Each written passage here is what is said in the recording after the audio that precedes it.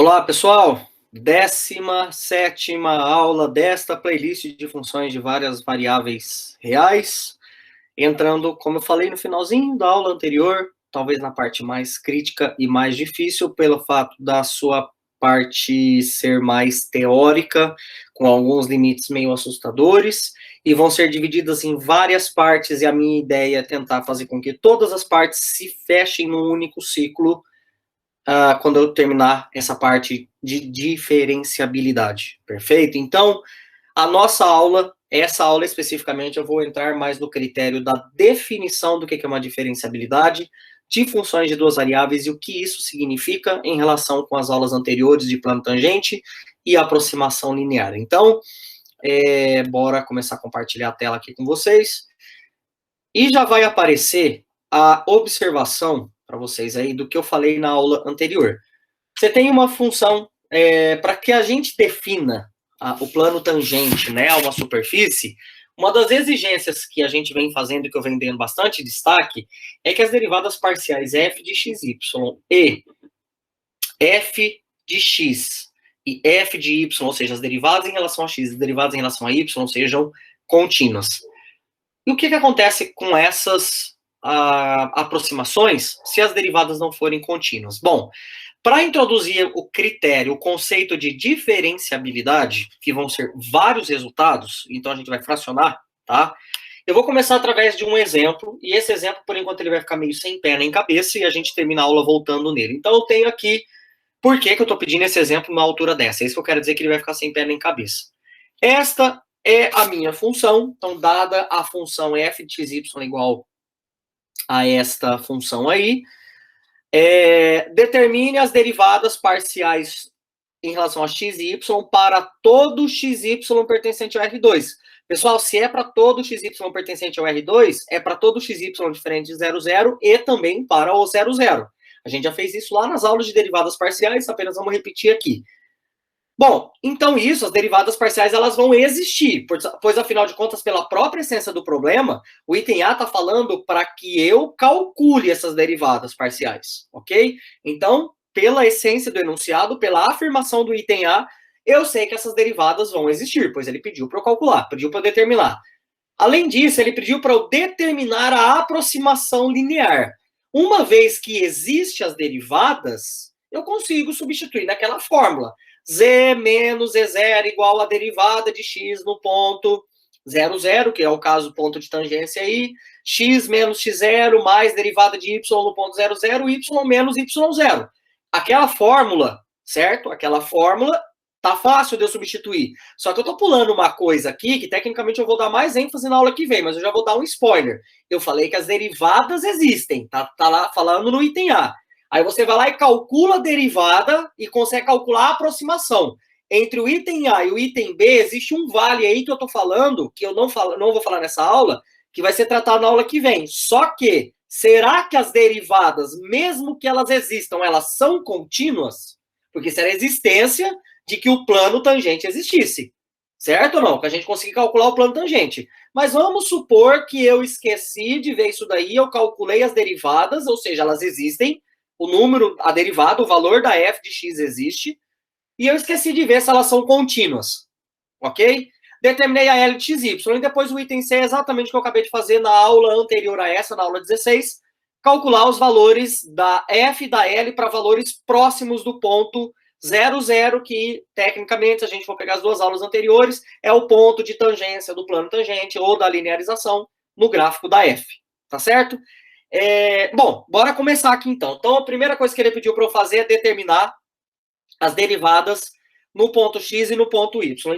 Para todo xy diferente de 0, 0 e para o xy igual a 0. Pessoal, para xy diferente de 0, 0, 0, né, no caso do ponto 0, 0, a função é dada por essa expressão de cima. Então, para derivar em relação a x, é derivar essa função aqui. E em relação a x, e derivar em relação a y, é derivar em relação a y. Então, a gente tem que usar a regra do quociente, tá? Tem que usar a regra do quociente aqui. Então, para xy diferente de 0, 0, temos quem que vai ficar aqui, ó? A f de x vai ser, vamos embora lá, ó, derivada do primeiro, o que que dá? Dá y.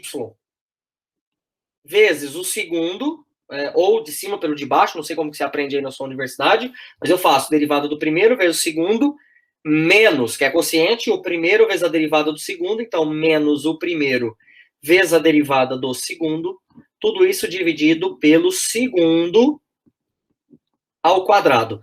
Passando isso aqui a limpo, isso daqui vai dar y ao cubo, juntando os termos semelhantes, tá? Menos x ao quadrado y, simplificando, x quadrado mais y quadrado ao quadrado. Ok? Então, essa daqui é a nossa derivada em relação a x. Nossa derivada em relação a y. Eu vou, de novo, fazer a regra da cadeia, só que agora em relação a y. Então, vai dar a derivada do primeiro, que era y vezes x, dá x, né? Vezes o segundo, menos o primeiro, vezes a derivada do segundo, que no caso agora é 2y, né? Que era x quadrado mais y quadrado. Tudo isso dividido por segundo ao quadrado. Tá? Simplificando isso daqui vai dar x ao cubo menos xy ao quadrado sobre x quadrado mais y ao quadrado, tudo isso elevado ao quadrado. Ok? E para o ponto 0, 0, a gente tem que usar o limite, tá? Tem que ser por definição. Para xy igual a 0, 0, a gente tem que ir lá na aula de definição de derivada parcial, e a gente sabe agora que a derivada no ponto 0, 0, como é uma derivada num ponto específico, eu tenho que calcular ela. E, aliás, a função ela é definida em duas partes, né? Então, necessariamente, preciso fazer e verificar se esse limite existe, né? Porque, às vezes, a derivada pode não existir. Se o limite não existir, como o limite, a derivada parcial é um limite. E se esse limite não existir, então, consequentemente, trivialmente, a derivada parcial não existe. Limite de h tendendo a zero. Para quem não se lembra, a definição era f de x de AB. Era f de A mais HB, que no caso aqui o A e B são zeros, né? 0 e 0, menos f de AB sobre H. Beleza? Então, a derivada parcial, vou até colocar aqui no rascunho para vocês lembrarem qual que é a definição de derivada parcial em relação a x. É o limite de H tendendo a zero de f de A mais H, vírgula B, menos f de AB sobre H. Tá? E aí, quando é em relação a y, ao invés do incremento H estar junto com o A, que é a variável correspondente ao x, o incremento vai estar em y. Quem está fazendo o papel de AB para nós? 0 e 0. Então, substituo A por 0, B por 0. Por isso que deu aquilo ali. Ok? Então, só passando aqui a limpo, para a gente não se perder, isso daqui vai dar limite de H tendendo a 0 de f de H 0 menos 0 sobre H. Pessoal, da onde que tirei esses valores? Aqui eu só peguei H mais 0 é H e 0 é 0. Mantive. F de 0, 0, o exercício deu que é 0. Ó, F de 0, 0 é 0. Então, ficou isso daqui, né? Só sobrou o limite de H tendendo a 0 de F de H sobre 0 sobre H. Só que presta atenção, eu vou fazer isso aqui direto, porque isso daqui eu estou repetindo o que eu já fiz em aula anterior, só com uma outra função, né? O que é f de H0? F de H0, o H não é igual a 0, porque o H se aproxima de 0. Então, eu estou admitindo que a entrada x é diferente de 0. Mesmo que a y seja igual a 0, o H, não, primeiro que está no denominador, ele não é igual a 0, tá certo? E nesse caso aqui, como o H ele é diferente de 0, eu estou na função do xy sobre x quadrado mais y ao quadrado. Por quê? Quando xy é diferente de 0, 0, né? Como o x é h e h não é 0, pois ele se aproxima de 0, logo ele é diferente de 0, a função é a de cima. Só que é o seguinte, quem que dá f de h0? Dá h vezes 0 dividido por h ao quadrado mais 0 ao quadrado. H0 substitui o x por h e o y por 0. 0 dividido por h vai dar 0, então isso daqui vai dar 0 sobre h, que é 0. Ou seja, a derivada parcial de x em relação a 0 existe e dá 0. Ok? Ah, professor, mas já era esperado, porque aqui é 0. Tem nada a ver. Lá na aula de derivadas eu fiz um exemplo para vocês que aqui dava 0 e a derivada valia 1. Tá? Não tem nada a ver isso daí. A gente já conversou sobre isso. E agora vamos fazer o de f de y, já que vocês entenderam a ideia, que não é o foco principal ainda. Agora eu vou... Opa!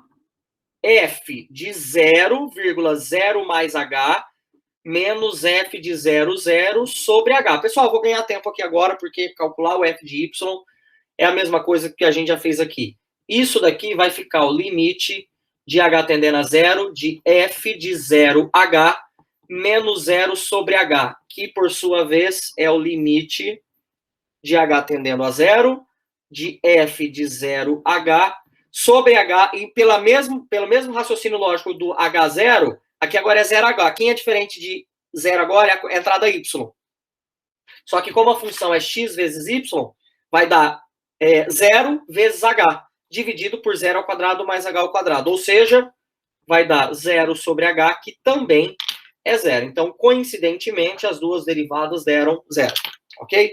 Moral da história, calcule as derivadas. Ou seja, então, portanto, vou até resumir aqui o problema. A função derivada, ela é dada por y ao cubo menos x quadrado y sobre x quadrado mais y ao quadrado elevado ao quadrado. Se o xy for diferente de 0, 0 e vale 0, se o xy for igual a 0, ou seja, a derivada parcial existe. Tá? E a f de y, por sua vez, eu estou colando aqui daquelas contas que a gente fez, foi x ao cubo, menos xy ao quadrado sobre x quadrado mais y ao quadrado. Se o xy for diferente de 0, 0 e vale 0, se o meu xy for igual a 0, 0. Pessoal, para quem não lembra de onde saíram esses dois aqui, é o que eu acabei de fazer, né? f de x dá 0, se é igual a 0, e f de y dá 0, se for igual a 0, né? Esses daqui que estão no xy diferente de 0, 0, ó, tá aqui, ó, por exemplo, a da f de y não tinha dado isso. Eu só vim aqui e passei a limpo. Fechou? Então, morreu o item A. O item B, ele pede para a gente determinar a aproximação linear. Certo? Ele pede para determinar a aproximação linear no ponto 0, 0. Então, bora começar a fazer aqui o item B. Primeira coisa, o A vale 0 e o B vale 0 da fórmula. Ok? Lembrando que é só determinar o plano tangente, tá? F de AB, que é o que aparece na fórmula, é o F de 0, 0. Pessoal, quanto que dá o F de 0, 0? F de 0, 0 é 0. Então, o F de 0, 0 é 0. Quanto que dá a derivada de x no ponto 0, 0? A gente calculou no item A que dava 0, e no y no ponto 0, 0 dá 0. Isso daqui, ó, esse cara aqui, a gente calculou no item A já, tá? Isso aqui a gente calculou no item A. É o que a gente acabou de fazer aqui, ó. Deu 0 e deu 0 no ponto 0, 0, que é o que me interessa. Se fosse um ponto xy diferente de 0, 0, eu teria que calcular nessa expressão aqui. Mas o que me interessa é o 0, 0. Ok? Então, eu tenho esse cara aí. Logo, olha quem que é o plano tangente. O plano tangente, ou melhor dizendo, a aproximação linear. A aproximação linear, nesse caso aqui, vai ser z menos f de AB, que é quanto? 0. É igual... tanto faz, né? Eu poderia ter feito assim, na verdade. Z é igual... Vamos fazer assim, porque... Já vou escrever como linearização, tá? Z é igual a 0 mais derivada parcial de x no ponto 0, 0 é 0. X menos A mais derivada parcial em y, y menos B. Certo? Todos esses valores. Ou seja, a gente chegou que a L de xy, ela é 0 para todo xy. Então, quer dizer que a minha linearização no ponto 0, 0 daquela função estranha, xy sobre x quadrado mais y quadrado, ela dá 0 para todo xy. Quem que é esse cara aqui? É o plano z igual a 0, é o nosso plano xy, é o chão do problema, né, que eu sempre falo. Então, eu nem subi nem desci. O plano tangente ao gráfico daquela função maluca, tecnicamente, ele é o plano xy, tá certo? Plano tangente, não. Linearização. Tá? Daqui a pouco vocês vão perceber que não vai dar um plano tangente. E, por fim, o item C. O item C, já respondi aqui tecnicamente, né? Mas o item C, ele pede para eu calcular os valores. 0, 0, 0.1, menos 0, 0.1. Tá vendo que eu estou cada vez mais próximo do 0, 0, né? Esse aqui, ó, tá mais distante do que esse. Esse está mais próximo, ok? Então, vamos calcular esses valores aqui.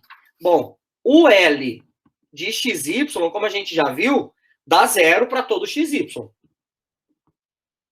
Certo? Para todo XY. Agora, quem é o f de 0, 0? F de 0, 0, a função definiu como sendo quem? 0, 0. Então, f de 0, 0 é 0. Ó, professor, bateu. Bateu, né? Porque no ponto de tangência, a f e a L têm que dar valores iguais. Maravilha. Bora calcular, então, o f de 0.1,0.1. Foi o que o exercício deu aqui. Quando eu fizer isso daqui, pessoal, só vou fazer para esse primeiro. Agora, aqui o x e o y são diferentes de 0, né? Se o x e o y são diferentes de 0, eu estou nessa expressão. Grave, porque daqui a pouco a gente vai fazer outros valores. É pegar o primeiro vezes o segundo dividido pelo primeiro ao quadrado mais o segundo ao quadrado. É o primeiro e segundo no termos de x e y, de primeira e segunda entrada. Então, isso daqui vai dar o primeiro vezes o segundo, vou colocar um vezes assim, o primeiro ao quadrado mais o segundo ao quadrado. Dá uma olhada no que vai acontecer isso. Eu não vou resolver essa conta explicitamente do tipo 0.001. 0.1 vezes 0.1 dá 0.1 ao quadrado. Aqui é 0.1 ao quadrado mais 0.1 ao quadrado. Vai dar 2 vezes 0.1 ao quadrado. Corta, corta. Quanto que deu? Meio. Pessoal, olha só. No ponto 0.1, 0.1, a L de XY dá 0. Porque ela vai dar 0 para qualquer XY. Você andou 1/10, nada, praticamente, a distância já foi meio. Ah, professor, mas é porque está um pouco distante, não é? Está um pouco distante. Então, vamos pegar aquele 0.01,0.01 que o problema deu? Isso daqui, pela própria definição da função, vai ser o quê? 0.01 vezes 0.01, que é x vezes y, dividido por x ao quadrado, mais y. Aqui acho que eu posso pôr vírgula, né? Não tem problema. Agora que eu parei para pensar. Aqui acho que não tem problema, não vai? O que vai acontecer aqui? Isso aqui vai dar 0,01 ao quadrado sobre 2 vezes 0,01 ao quadrado. Corta, corta, quanto que deu? Meio. Opa! Quer ver uma coisa agora? Eu vou pegar, não tá ali no exercício, mas eu vou pegar... Aliás, tem mais um aqui, ó. Né? Que é para calcular... Aliás, era menos, tá, gente? Era menos. Mas a diferença é que é o seguinte, mesmo que seja menos, vamos colocar aqui, já que está no enunciado, menos, deixa eu corrigir aqui, menos e menos. Vai dar esse mesmo resultado porque está elevado ao quadrado, os denominadores, e aqui menos com menos dá mais. Então vai dar o mesmo meio. Calcula f de 0.0001,0.0001. Sabe quanto que vai dar esse aqui? Também vai dar meio. Porque vai dar esse vezes esse, mais esse ao quadrado, sobre esse mais esse. Esse vezes esse é 0.0001 ao quadrado. Dividido por esse ao quadrado mais esse ao quadrado. Vai cortar igual aconteceu com esses aqui. Deu meio. Moral da história. A f de xx como a f de xx. Ou seja, quando x é igual a y, tá? Dá meio para todo y igual a x, tá? Temos que não há uma boa aproximação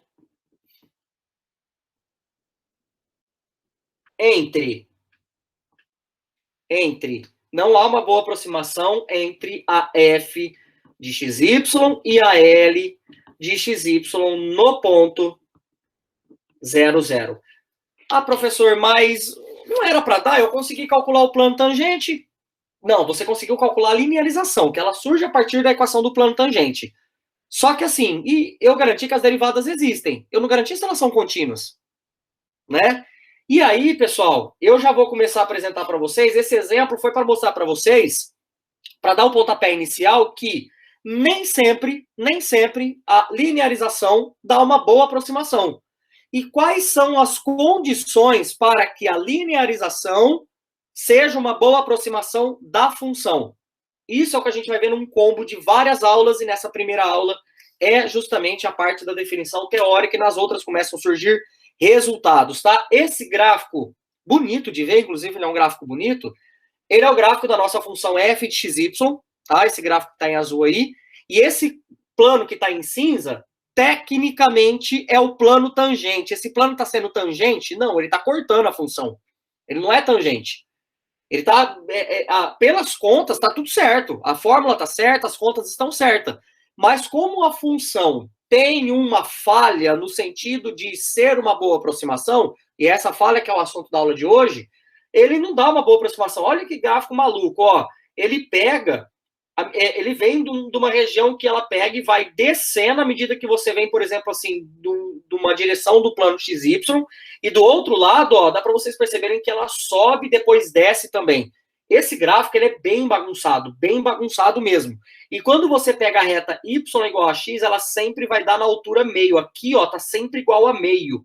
Nessa linha onde eu tô passando aqui, ó, nessa linha onde eu tô passando, dá sempre igual a meio. Essa, que aquele f de xx dava meio, né? Que a gente acabou de ver. E aí é onde a gente começa a parte da aula de hoje. Esse gráfico, ele não é um gráfico bem comportado, seja lá o que significa isso. Esse aqui é o plano z igual a zero, tá, gente? É importante falar isso aqui para vocês, que esse é o plano z igual a zero.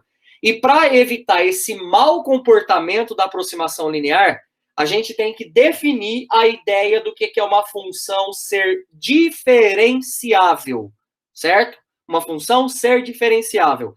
Para que o plano tangente, ou seja, a aproximação linear, dê uma boa aproximação da função f no ponto de tangência, a função f precisa ser diferenciável.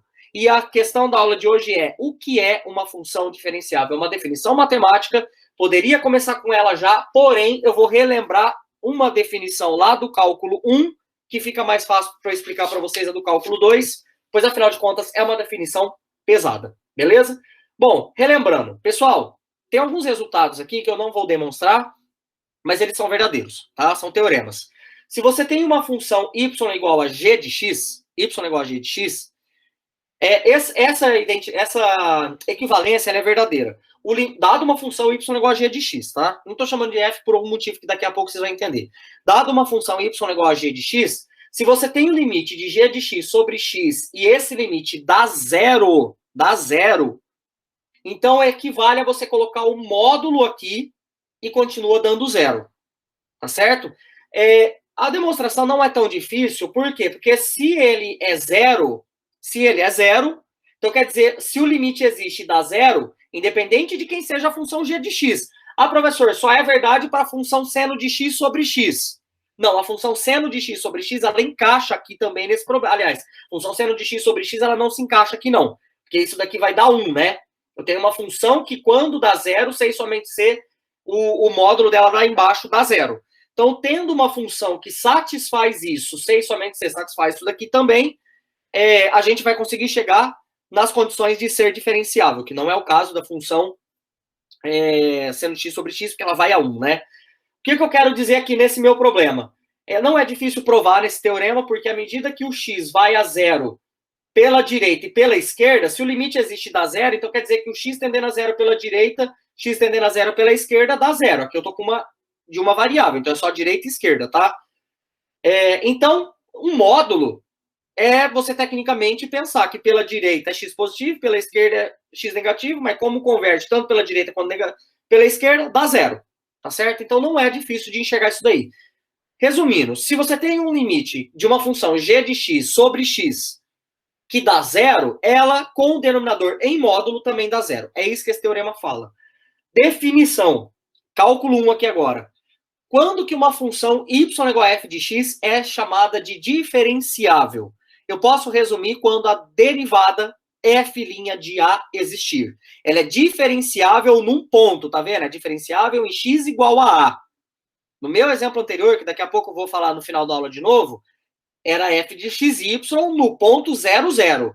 Aqui é apenas x igual a a, tá certo? Uma função ela é diferenciável, y igual a f de x, ela é diferenciável quando esse limite existir. Pessoal, mas que limite é esse? É o da derivada. Então, lá em cálculo 1, a gente falar que uma função é diferenciável e derivável é a mesma coisa, tá certo? Ser diferenciável e ser derivável é a mesma coisa. Então, uma função y igual a f de x é diferenciável quando existe a derivada naquele ponto. É diferenciável em x igual a quando a f' de a existe. Beleza? Para continuar, a f' aplicada num número é um número, né? Isso aqui, ó, o a é um número. O x igual a é um número. F' de a é um número. Você vai pegar a f de x, deriva, você tem a f' de x. Aí você substitui o x por um número a. Isso dá um número, tá certo? Quando o f de x, supondo a f de x diferenciável, se ela é diferenciável, quer dizer que a derivada existe, certo? E aqui no caso só faltou escrever, supondo que y é diferenciável em a, tá? Eu acho que é bom até eu complementar aqui, ó. Em x igual a a, podemos garantir que existe um número f' de a. Eu só quis dizer o seguinte, eu chamei esse f' de a de número epsilon. Eu chamei ele de epsilon, pessoal, apenas por uma questão de bater com as notações que a gente tem nos livros de cálculo da vida aí, tá certo? Então, esse número eu vou chamar ele de f' de a, ou seja, a f' de a eu apenas chamei ela de epsilon, ok? De forma que a gente sabe que o epsilon é o limite de f de a mais h menos f de a sobre h, ou seja, o epsilon é justamente o valor da derivada no ponto a, porque eu estou admitindo que a função ela é diferenciável. Se ela é diferenciável em a, significa que o f' de a existe, ou seja, o epsilon existe. Esse epsilon é esse limite. Feito isso, o que eu quero que vocês pensem é o seguinte, ó, dessa folha que eu acabei de tirar, eu acabei de falar que se a função é diferenciável, eu tenho essa igualdade aqui. O epsilon é igual ao limite de f de a mais h menos f de a sobre h. Eu vou pegar esse epsilon e vou passar ele para o primeiro membro. Então vai ficar f de a mais h menos f de a. Como é constante, o que eu fiz foi isso aqui, pessoal. Ó, como é constante, é isso. Limite de f de a mais h menos f de a. Isso aqui está tudo sobre h. Primeiro eu passei o epsilon para cá, isso está igual a zero. Agora, o que eu vou fazer? Eu multiplico aqui por h e divido por h. Como é constante, eu posso vir aqui e colocar todo mundo dentro do mesmo limite sobre h. Tá certo? Porque isso aqui é uma constante. Ok? Então, foi exatamente isso que eu fiz aqui, ó. Eu peguei e fiz isso aqui. Passei o epsilon para o lado de lá. Como ele é uma constante, eu peguei, multipliquei por h e dividi por h. Então, tudo dividido por h dentro do limite. E o que eu quero que vocês observem agora é esse numerador aqui, ó. Esse numerador, ele, na verdade, aqui está aparecendo f de a mais h menos f de a menos e vezes h. Vamos chamar de e, tá? Epsilon, que seja. Epsilon, e não, porque vocês vão achar que é o número e, né? É epsilon mesmo. É um número positivo.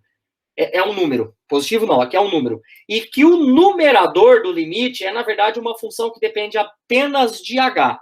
E aí eu vou chamar ela de g de h. Talvez vocês devem estar pensando assim, mas por que ela depende só de h? Quer ver, ó? Eu vou pegar um exemplo particular aqui. Imagina que você tem essa função aqui, ó, f de x igual, sei lá, 3x mais 2. O que seria a função f de a mais h menos f de a menos epsilon sobre h? Epsilon e h são constantes. Se a f de x é essa, a f de a é substituir aqui por a. Se essa é x, é só substituir a mais h no lugar do x por a mais h. O que vai dar isso? Isso aqui vai dar 3 vezes a mais h mais 2, né, que é o f de a mais h, menos, vamos fazer assim, ó, menos f de a dá 3a mais 2, menos EH. Abre todas essas contas, o que vai dar? Vai dar 3a mais 3h mais 6, mais 2, desculpa, o 3 só tá aqui, menos 3a, menos 2, menos EH. Tem algumas coisas que cortam aqui, como o 2 com menos 2, o 3a com menos 3a. O que sobrou? Só sobrou 3h menos EH. E vocês há de concordar comigo que isso aqui é uma função, ó, que depende apenas de h. Dado um h, você vai fazer 3 vezes h menos o epsilon vezes h. Perfeito? É isso que está acontecendo aqui nesse meu problema. Óbvio que aqui eu peguei uma função particular. Mas se você pega qualquer função f de x e substituir aqui com coisas que dependem de h, o resultado vai depender de números e h. Ou seja, vira uma função que depende apenas de h. E eu chamei, digamos, uma g de h. Aí eu chamei o G de H, esse cara daqui do numerador. Então, vou até colocar aqui, ó. Tomando GH como sendo isso tudo aqui, que está aqui, a gente escreve esse limite, que é o que está aqui, da etapa anterior aqui, como sendo o limite de G de H sobre H indo a zero. E pelo teorema que eu acabei de falar, se o limite de GH sobre H dá zero, então, pelo teorema anterior, sobre o módulo dá zero. Tá claro? Pessoal, por que eu preciso colocar módulo aqui? Tecnicamente, no cálculo 1, isso não faz muita diferença. No cálculo para funções de duas variáveis, para uma função f de xy, isso é extremamente necessário, e vocês vão perceber na hora que eu escrever a definição. Quando eu pegar esse resultado aqui adaptado a funções de duas variáveis, vai ficar claro por que eu preciso desse módulo aqui embaixo. Pessoal, módulo aqui está tecnicamente outro rascunho, que isso aqui vai ajudar vocês a entender melhor. Quando você escreve módulo de H, isso aqui equivale a dizer módulo de H menos zero, concordam? Isso daqui é a distância do H até o zero, no sentido de que o H está se aproximando de zero, certo? Lá no limite. Então, quando você escreve módulo de H, você tecnicamente está calculando a distância do H até o zero. Tá certo? É a distância do H até o zero que está ali. Geometricamente é o que está acontecendo. Então, nesse sentido aqui, como isso acontece, e isso na verdade é isso, que isso vem disso, então uma função, aqui agora vem o teorema, a gente chega na, perdão, teorema não, definição, uma função ela é diferenciável ou derivado em x igual a A, se e somente se existir a derivada, que é um número real epsilon, tal que este limite é igual a zero. Que limite é esse? É esse. Porque o G de H, quando está em módulo, volta tudo agora. É esse. Mais o G de H é esse numerador. Mas esse numerador surge deste problema. Certo? E este problema surgiu quando eu peguei e passei o epsilon para esse lado, só que ele estava do lado de lá. E esse cara era o F' de A da folha anterior. Então, se é derivável, é diferenciável, vale essa igualdade, esse cara é um G de H, e pelo teorema, vale esse teorema, de forma que, pegando o começo e o fim, então uma função f ela é diferenciável se esse limite aqui existir, e der zero. Se existir um número real, de tal forma que f de A mais H menos f de A menos EH, que é a nossa G, sobre o módulo de H der zero. Essa é a definição.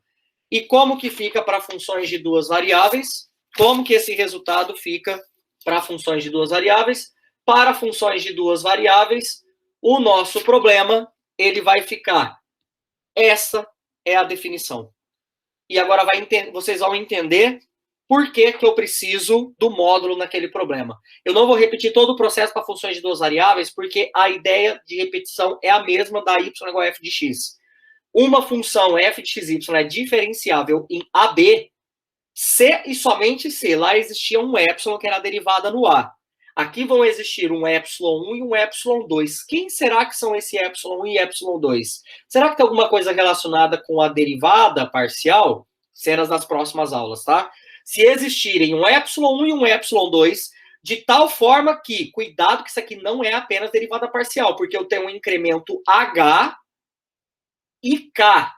Agora eu tenho HK indo para 0, 0. Não é apenas o A, o H indo a 0.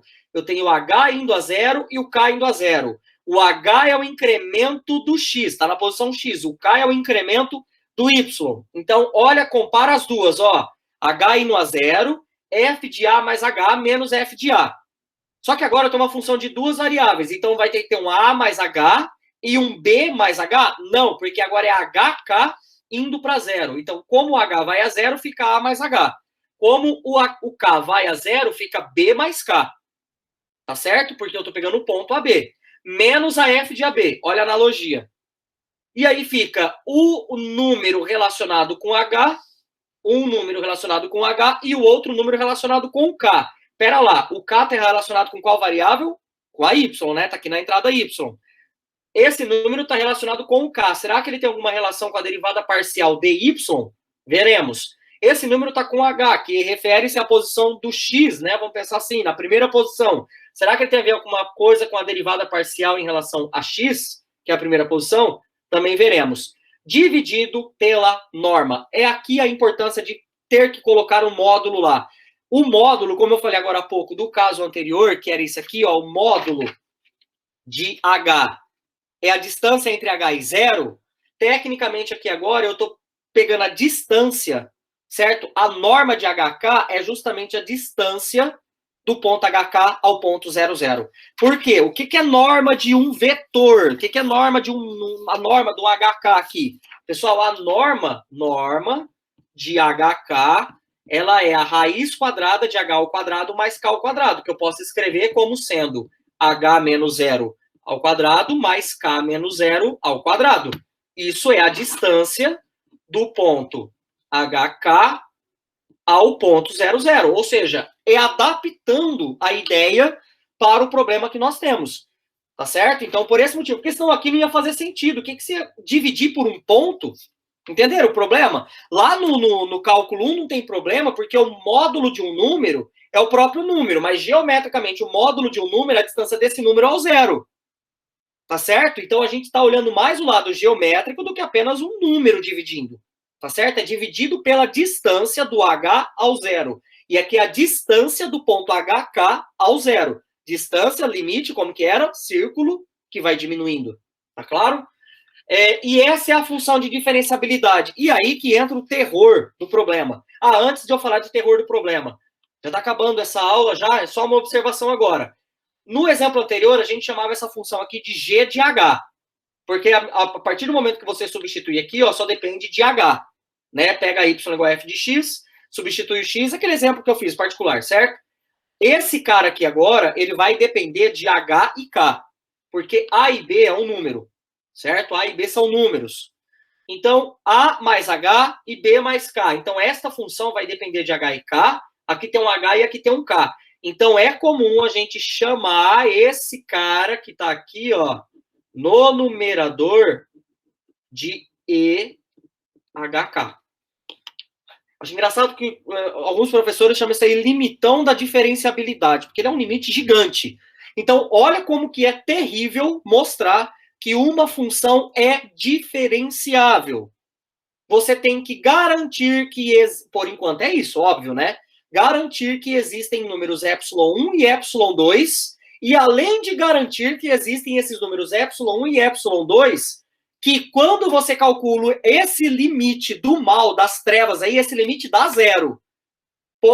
Pode ser, olha que interessante, pode ser que você encontre ε1 e ε2, certo? Pode ser que você encontre esses valores ε1 e ε2, e na hora que você vai calcular esse limite não dá zero, ou esse limite não existe.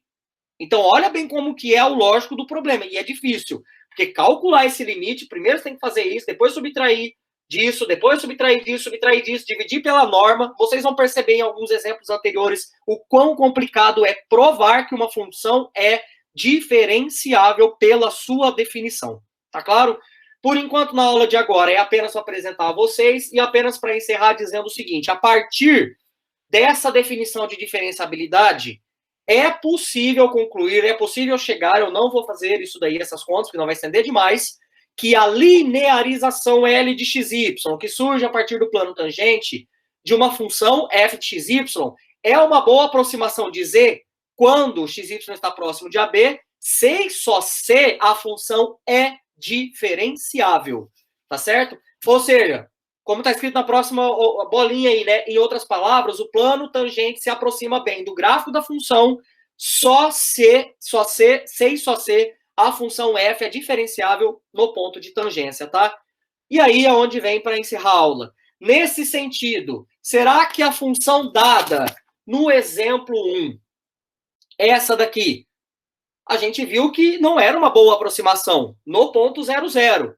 Né? Fizemos todas as contas, deu todas as contas certas, mas será que a função dada no exemplo 1 não é diferenciável no ponto 00? Resposta, exatamente isso, tá? Vou até colocar aqui, exatamente isso. A função, sabe como que a gente prova então, que a função do exemplo 1 não é diferenciável, a gente tem que mostrar que aquele limite não dá zero, ou talvez ele não exista, porque o epsilon e o epsilon 2, que é um spoiler, ele existe, tá? No ponto 0, 0. Porque aqueles epsilon 1 e epsilon 2 lá, a gente vai ver nos resultados das próximas aulas que eles vão acabar dando alguma relação com as derivadas parciais. Então, tecnicamente, pela aula de hoje, qual é a única forma da gente conseguir provar que aquela função não é... Qual era a função? Eu vou até escrever aqui, ó. A função era essa daqui, ó. A função x vezes y sobre x quadrado mais y quadrado não é diferenciável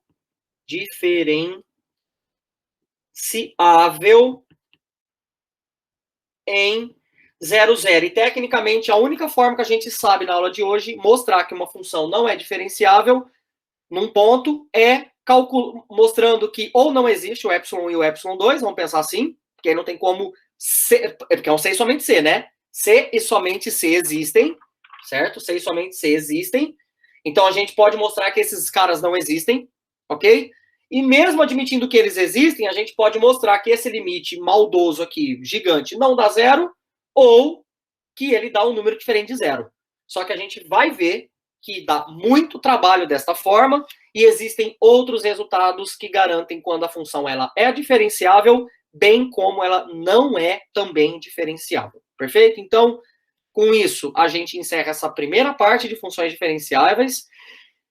É bastante pesado, então eu vou ter que ir com mais calma nos outros exemplos. Em algumas aulas eu vou deixar o exemplo até pronto, eu apenas vou passando, porque são muitas contas que às vezes a gente precisa fazer. Então, eu aguardo vocês na nossa próxima aula, segunda parte dessa parte de diferenciabilidade, tendo em mente essa definição. Quando que uma função de duas variáveis, z igual a f de xy, é diferenciável no ponto AB? Quando existem epsilon e epsilon 2, que satisfazem o limite, aquele limite do mal lá, dando zero. Tem que satisfazer essas duas condições.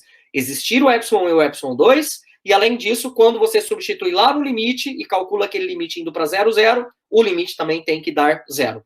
Por enquanto, são essa definição, e é em cima dessa definição que surge, na verdade, todos os outros resultados que veremos adiante. Então, valeu, pessoal! Mais uma vez, sempre agradeço a colaboração de vocês e a gente se vê na nossa parte 2 dessa aula de diferenciabilidade no próximo vídeo. Grande abraço, nos vemos em breve.